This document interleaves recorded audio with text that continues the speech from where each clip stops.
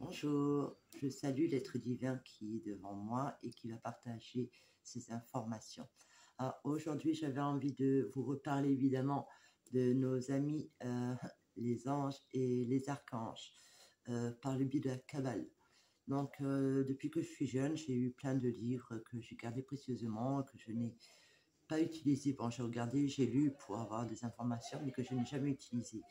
Donc, j'avais envie de partager avec vous ce merveilleux livre qui est le grand livre de la Kabbale magique, guide, application pratique fondamentale, avec le nom de notre archange Azaziel.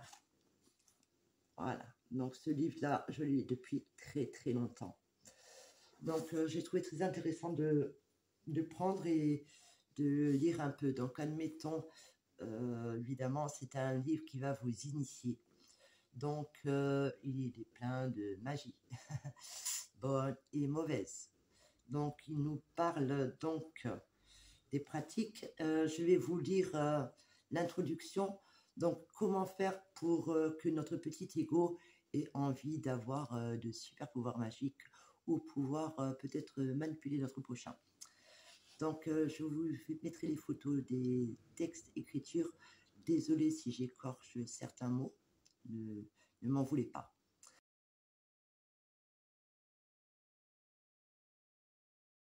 Alors, ça commence. L'épée du Verbe étincelle à chaque invocation. Donc déjà, quand je dis il ne faut pas invoquer, mais là, déjà, dès le début, on est les pieds dans le plein. Pour détruire le mal et faire briller l'arc-en-ciel. Donc évidemment, dans la fausse lumière, il faut toujours tuer le mal pour avoir le bien. Évidemment, on ne le fait pas avec notre pouvoir, mais grâce à 72 archanges et djinns. Donc je continue. L'ouvrage nécessairement profonde et grande élévation, mais en même temps clair, de compréhension immédiate, à plein apport inédit. Ce livre extraordinaire, dont l'efficacité surprendra le lecteur, aide indispensablement pour résoudre tous les problèmes pratiques insolubles. Alors déjà, c'est super parce qu'on vous donne toutes les techniques pour résoudre tous les problèmes. C'est franchement, c'est une Bible, on peut dire. Alors, je continue. Pour atteindre des situations réputées inaccessibles, pour être heureux, être ou ne pas être, n'est pas du tout la question. La seule chose qui compte, c'est, n'est-ce pas ce que l'on est, mais le devenir, ce que l'on souhaite devenir, et la Kabbale magique révèle le défi et nous indique la manière d'y arriver rapidement, immédiatement, par des réductions magiques de temps et d'espace. Le livre du rendez-vous avec vous-même pour une deuxième naissance, un genre de vie que vous souhaitez. Donc, pour vous appâter, franchement, dans l'ego, super, bon, génial. Donc, ça, je trouve ça très bien. Alors, évidemment, pour savoir que dans les anges et les archanges, il y a l'arbre, il y a plusieurs mondes, plusieurs rangs. Alors, voyez que je trouve, je cherche. Veuillez m'excuser. Voilà. Donc, nous avons pour les archanges les 9 cœurs anges servants djinns de la Kabbale. Alors, je ne sais pas si vous le voyez, mais c'est peut-être à l'envers. Je vous ferai une photo pour que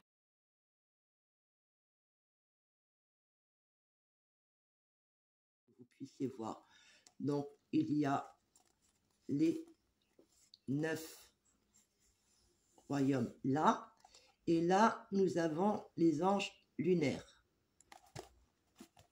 Donc, en tout, on a 72 archanges, donc djinns, et nous avons des anges chargés de la matérialisation lunaire et nous en avons 28. Évidemment, il y en a encore beaucoup plus. Hein. Je veux dire, ça, c'est pour avoir une petite idée déjà. Donc, comment ça fonctionne? Donc, nous avons dans certains archanges, ce sont des princes. Dans ces princes, il y a, on va dire, leurs employés, qui sont 8. Donc, nous avons, par exemple, pour notre ami que les gens aiment tant, Métatron. Alors, c'est un séraphin. Dans le Séraphira éther, la planète Neptune, le prince Métatron, hein, donc c'est le premier, c'est le number one des princes archangéliques. Alors lui, après, il en a 8 qui travaillent pour lui. Alors je vais vous donner des petits exemples, je ne vais pas tous les citer parce qu'on a un paquet, hein, pour chacun, mais ils en ont 8. Donc après, nous avons les chérubins. Les chérubins, les séphiras sont au Namak, la planète Uranus. Le prince des chérubins, c'est Raziel. Donc pareil, il en a 8 qui travaillent à ses ordres. Dans les trônes, le prince des trônes, les séphiras, c'est Binam, la planète Saturne. Donc évidemment, chaque prince est relié à une planète. Alors le prince c'est, alors attention, Tassakiel. Alors, je crois que j'ai bien abîmé son nom, je suis désolée. Pour vous, pas pour eux. Pareil, 8. Après, nous avons, pareil, les anges, enfin le prince des dominations. Quand même, hein, pas n'importe quoi. Alors, le prince est Tazadiel. Nous avons pour les puissances. Donc, pour les puissances, le prince, c'est Kamel. Nous avons les archanges aussi pour les vertus. Alors là, évidemment, moi, j'ai fait, quand j'étais jeune, que j'étais malade, à mes débuts de mes expériences et de mes compréhensions, j'ai fait de la numérologie angélique.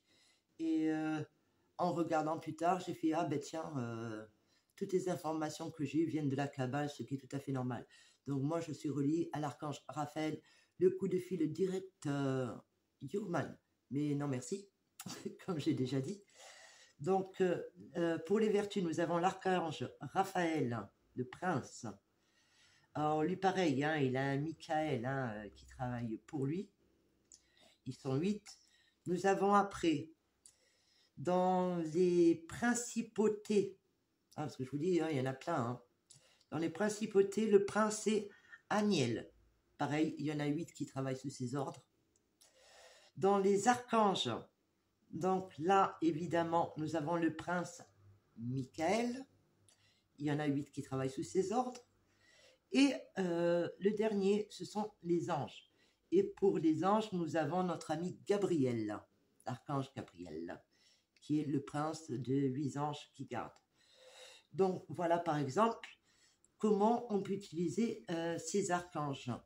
Dans ces archanges, nous avons donc par exemple les numéros de chaque archange. Alors je ne sais pas si vous voyez très bien, mais nous avons les numéros. Donc Djinn, numéro 50, Daniel. Alors, je vais vous dire un peu ce qu'il raconte. Juste un pour vous donner un exemple. Alors, élément feu, domicile du zodiaque est 6 degrés à 10 degrés du Sagittaire. Il influence les personnes nées du 27 novembre au 2 décembre. Ses vertus permet d'effacer toute culpabilité consciente ou inconsciente. C'est génial, hein? Comme ça, au cas où on ne prend pas de prise de conscience, comme ça, on ne grandit pas trop. Alors, ça, c'est son attribut. Son pouvoir. Par son invocation, on obtient l'amour de la littérature, de la décoration et distinction dans les professions de juge, avocat, notaire, huissier, prospérité en affaires, éclaircissement aux questions douteuses. Donc ça, c'est des attributs positifs. Donc on peut comprendre pourquoi certains vont invoquer certains archanges. Je vous montrerai les glyphes, car certains princes où on utilise, ou certaines personnes utilisent, ou certains initiés utilisent pour manipuler les énergies. Donc, dans son côté attribut maléfique, donc qu'est-ce qu'on peut faire avec cet archange maléfique? Échec industriel, horizon bouché. Donc, pour bloquer votre chemin de vie, il est votre poteau. Donc, c'est vraiment un exemple comme je vous donne. Donc, les anges et les archanges viennent bien des religions non seulement kabbalistiques, mais d'Égypte, d'endroits beaucoup plus anciens. Il y a leur signature magique ou sceau des anges et des princes planétaires. Donc, évidemment, vous avez sûrement vu des fois ces symboles sur les talismans ou sur des choses. Donc ça, c'est tous nos petits princes.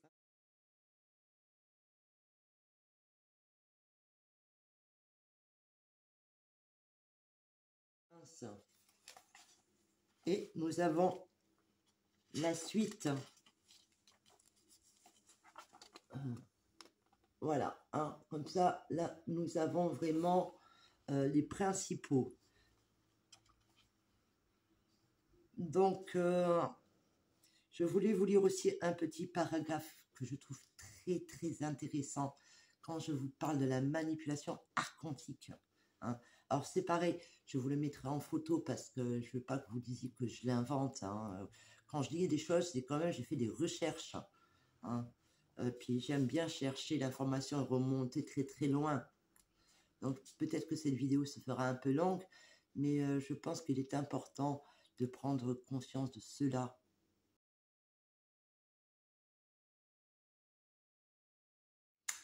Alors, dans la littérature mystique hébreu, les anges princes portent le titre de, alors désolé si j'abîme un peu les noms, Neslis Ross, prince en chef, Rosh qui veut dire tête, mais l'ange Métatron est nommé comme ministre ou archonte, premier magistrat, car on le voit dans ses extases mystiques, ainsi en train de conduire le monde sous nom sacré et celui de Siur Koma, ce qui signifie mesure de toutes choses. En grec, Métatron, ce prince des anges est réellement, pour les kabbalistiques, le régent de toutes les forces qui agissent notre système solaire.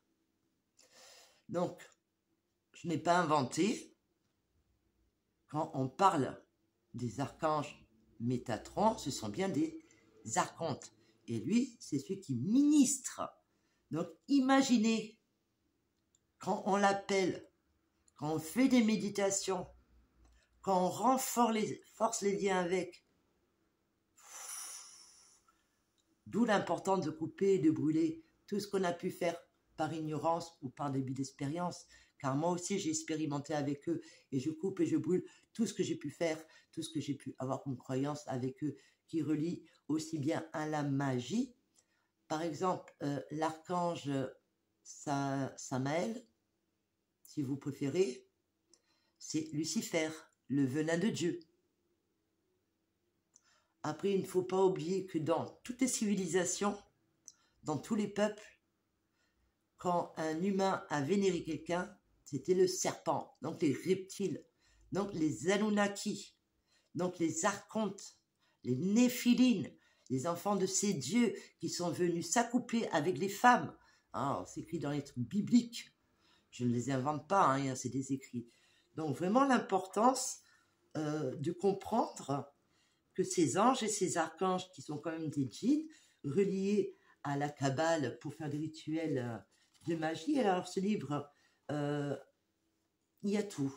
Les noms, les parfums, les couleurs, les carrés magiques. Alors, une fois, j'ai vu Pékin Express, il y a longtemps de ça, et ça a vraiment la synchronicité parfaite. Ils étaient en train de faire un jeu pour que tout le monde remplisse un carré magique. Je crois qu'il était de 9 cases. Donc, le carré magique est utilisé, on dirait aussi un peu, vous savez, les QR codes carrés avec des autres carrés. Alors, attendez, je vais vous montrer un petit dessin. Alors, ça, vous avez déjà sûrement dû voir quelque part les carrés magiques. Hein. Donc, vous avez le carré de la Lune, du Soleil, de chaque planète. Pour les affaires, pour la réussite. Je veux dire, la Bible de la manipulation et du parasitage. Donc, j'ai d'autres livres de ce genre. Donc, c'est intéressant justement de partager parce que j'ai cherché, j'ai lu, j'ai compris, j'ai analysé. Donc, je partage ces connaissances afin que nous voulons une nouvelle terre. Donc, imaginez depuis des millénaires ces êtres archontiques, Enki, Enli, sont là depuis la nuit des temps avec Anu, le papa.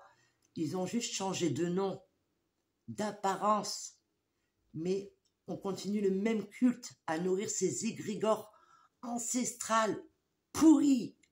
Donc vraiment, il faut couper, brûler, reprendre son pouvoir. Nous, on a ce pouvoir. Hein, on n'a pas besoin de ce genre de truc. Si on le fait à l'autre, on invoque, on renforce les liens. Donc c'est à chaque fois plus difficile. Et quand on veut s'en défaire, eh ben, c'est pas chose facile. Il lâche pas l'affaire comme ça, normal. Moi, j'ai regardé, j'ai fait plusieurs vies avec notre ami Lucifer. J'ai coupé et brûlé. J'ai fait des bêtises. Je coupe et je brûle. Tous les rituels que j'ai pu faire, je ne fais pas de rituels quand il y a la pleine lune. Je n'invoque pas des choses. Je ne fais pas de cérémonie. Hein? Donc, il est important, même si je suis chaman, avec mon cheminement, je veux une nouvelle terre. Donc, je ne pratique plus les rites d'avant qui me connectent, qui me polluent et qui me relient à renforcer les implants où on me remet des nouveaux, où eux, ils veulent que je continue à leur donner leur pouvoir, à prier, à croire que eux, ils sont plus forts que nous. Donc, j'espère que cette vidéo vous aura donné prise de conscience. Donc, faites attention quand vous lisez des livres, hein, car il peut y avoir des initiations. Donc, à nous de dire, voilà, ben, qu'aucune énergie de ce livre que je vais lire par curiosité ou pour avoir de l'information va me polluer. Parce qu'il ne faut pas oublier que si on dessine les glyphes ou si on prononce plusieurs fois les noms, ou non, vraiment, faites attention. Hein. Il y a plein de livres avec des croyances où c'est qu'on va nous initier à notre insu. Donc, faites attention. Donc, voilà pour ce partage d'informations. N'oubliez pas, vous êtes un être de lumière. Vous avez des pouvoirs tellement grands qu'on veut vous faire croire l'inverse. Donc, coupez, brûlez tous les vœux, serments, croyances, nettoyez vos croyances. N'oubliez pas que si on vous attaque, défendez-vous. Hein. C'est tout à fait normal. Et essayez de rester dans la joie, la bonne humeur et le bien-être. Je vous dis à bientôt. Hatekea. Prenez soin de vous.